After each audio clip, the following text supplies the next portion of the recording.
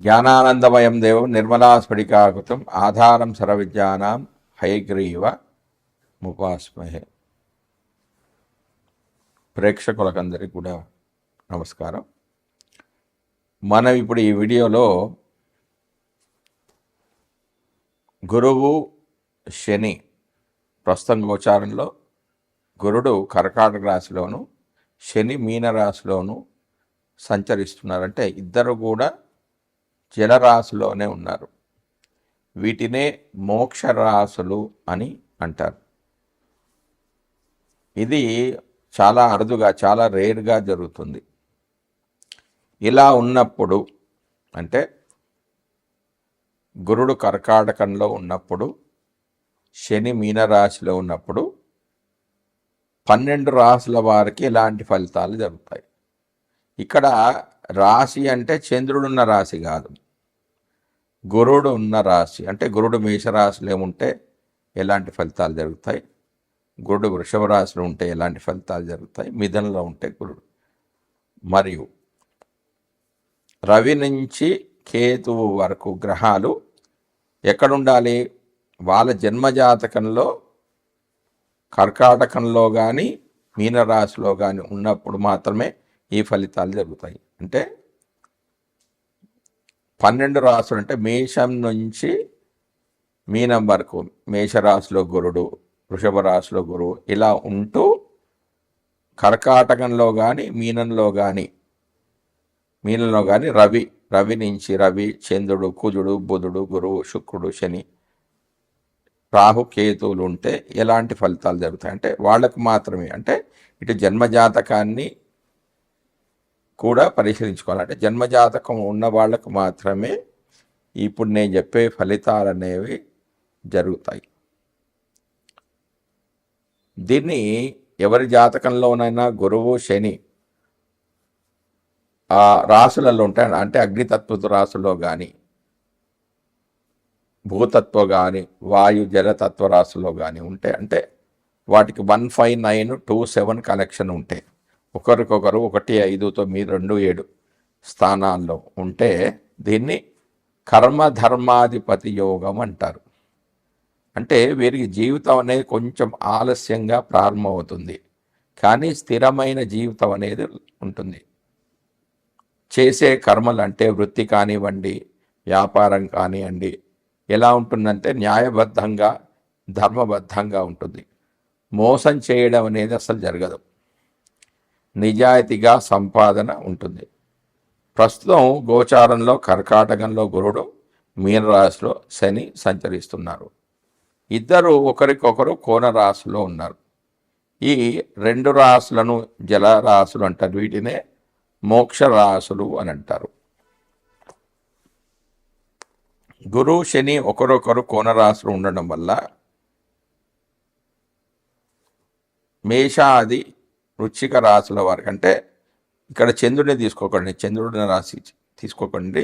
మేషంలో గురువు ఉన్నప్పుడు ఎలాంటి ఫలితాలు కలుగుతాయి, మిథునంలో గురువు ఉన్నప్పుడు ఎలాంటి ఫలితాలు, ఇట్లా 12 రాశుల వారికి ఎలాంటి ఫలితాలు జరుగుతాయి అనేది నేను ఇప్పుడు చెప్తాను. మేషంలో గురుడు ఉన్నాడు, కర్కాటకంలో కానీ మీనంలో కానీ రవి ఉన్నాడు అనుకుందాం. వీరికి గోచార ఫలితాలు ఏ విధంగా ఉంటాయి అంటే జన్మజాతకంలో మేషరాశిలో గురుడు ఉన్నాడు, కర్కాటకంలో కానీ మీనంలో కానీ రవి ఉన్నప్పుడు వీరి యొక్క ఫలితాలు ఈ విధంగా జరుగుతాయి. మంచి హోదా అనేది కలుగుతుంది, అభివృద్ధి చెందుతారు, బాగుంటుంది, సంతోషకరమైన జీవితాన్ని గడుపుతారు. పిల్లల అభివృద్ధి కోసం ఎలాంటి త్యాగాలకైనా సిద్ధపడతారు. టీచర్లకు మంచి కాలం అని చెప్పవచ్చు.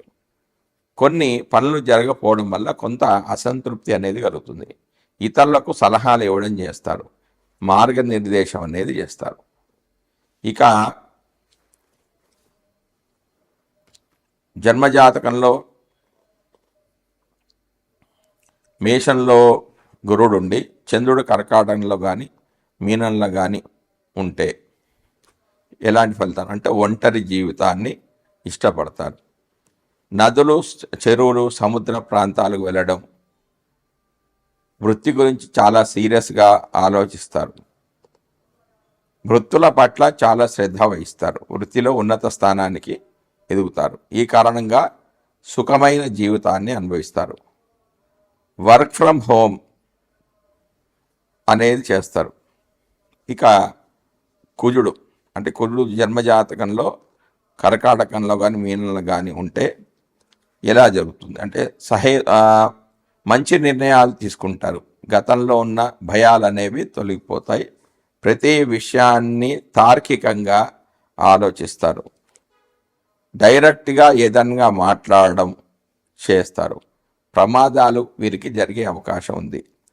సవాళ్లను అధిగమిస్తారు. చేసే వృత్తిలో పోటీ అనేది ఉంటుంది. వ్యాపారం చేసే వారికి ఆదాయం అనేది పెరుగుతుంది. లోతైన పరిశీలన అనేది చేస్తారు. కొందరికి మంత్రతంత్రాలపై ఆసక్తి అనేది పెరుగుతూ ఉంటుంది. తర్వాత బుధుడు అంటే జన్మజాతకంలో బుధుడు కర్కాటకంలో మీనంలాగానే ఉంటే, గురుడు మేషరాశిలో ఉంటే ఎలాంటి ఫలితాలు జరిగే గోచార ఫలితాలు ఎలా ఉంటాయంటే, తమ మాట తీరుతో అందరినీ కూడా చాలా మెప్పిస్తారంటే బుధుడు వాక్కారకుడు కాబట్టి మెప్పిస్తారు. ఆర్థిక పరంగా మెరుగైన ఫలితాలు కనిపిస్తాయి. ఆదాయం విపరీతంగా పెరుగుతుంది. పోటీ పరీక్షలలో గెలుపును సాధిస్తారు. అనుకున్నవి అనుకున్నట్లుగా సాధిస్తారు. సిఏ, ఆడిటర్స్ రంగంలో పనిచేసే వారికి మంచి ఫలితాలు అనేవి కలుగుతాయి.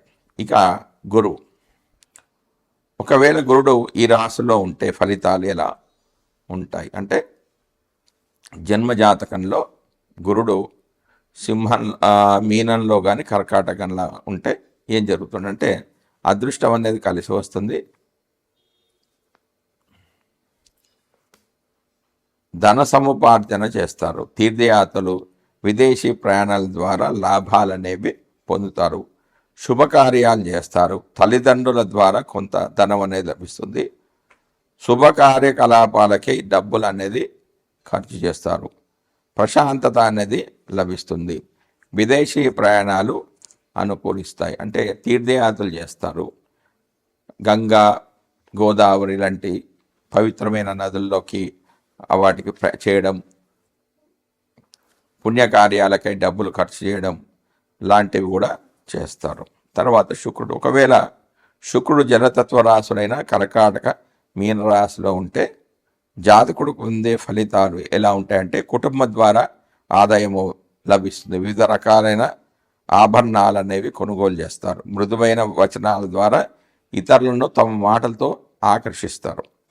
సొంత వ్యాపారం లేదా భాగస్వామ్య వ్యాపారాల ద్వారా ఆదాయం అనేది వీరికి లభిస్తూ ఉంటుంది. తర్వాత శని ఎలాంటి ఫలితాలు ఇస్తాడంటే, జన్మజాతకంలో శని ఈ 2 రాశులలో ఉండడం వల్ల ఎలాంటి ఫలితాలు జరుగుతాయి. ఉన్నత పదవిని పొందుతారు. ఆదాయం అనేది నిదానంగా పెరుగుతుంది. స్థిరమైన ఆదాయం అనేది లభిస్తుంది. తక్కువ శ్రమ, ఎక్కువ ఆదాయ వనరులు పొందుతారు. నమ్మకస్తులైన స్నేహితులు వీళ్ళకి లభిస్తారు. వారి ద్వారా సంపాదన కానీ లాభాలు కానీ పెరుగుతాయి. ఇక రాహు 11వ స్థానంలో ఉంటాయి అంటే గురుడు నుంచి 11వ స్థానంలో రాహు ఉంటే ఆదాయ వనరులు విపరీతంగా పెరుగుతాయి. తేలికగా ఆదాయం సంపాదిస్తారు. తేలికగా ఆదాయం సంపాదించాలనే కోరికతో ఉంటారు. సాఫ్ట్వేరు, ఇంటర్నెట్, యూట్యూబ్ ద్వారా ఆదాయ వనరులు పెరుగుతాయి. ఇక కేతు 5వ స్థానంలో ఉండడం వల్ల సంతాన సమస్యలు ఉంటాయి, కానీ ఉపాసన బలం అనేది పెరుగుతుంది. చర్మ సంబంధమైన వ్యాధులు వచ్చే అవకాశం అనేది ఉంటుంది. అంటే ఆధ్యాత్మికంగా మంత్రతంత్రాలు, అకల్ట్, ఆస్ట్రాలజీలో ఉండే వాళ్లకు ఇది మంచి సమయం అని చెప్పవచ్చు. జై శ్రీమన్నారాయణ.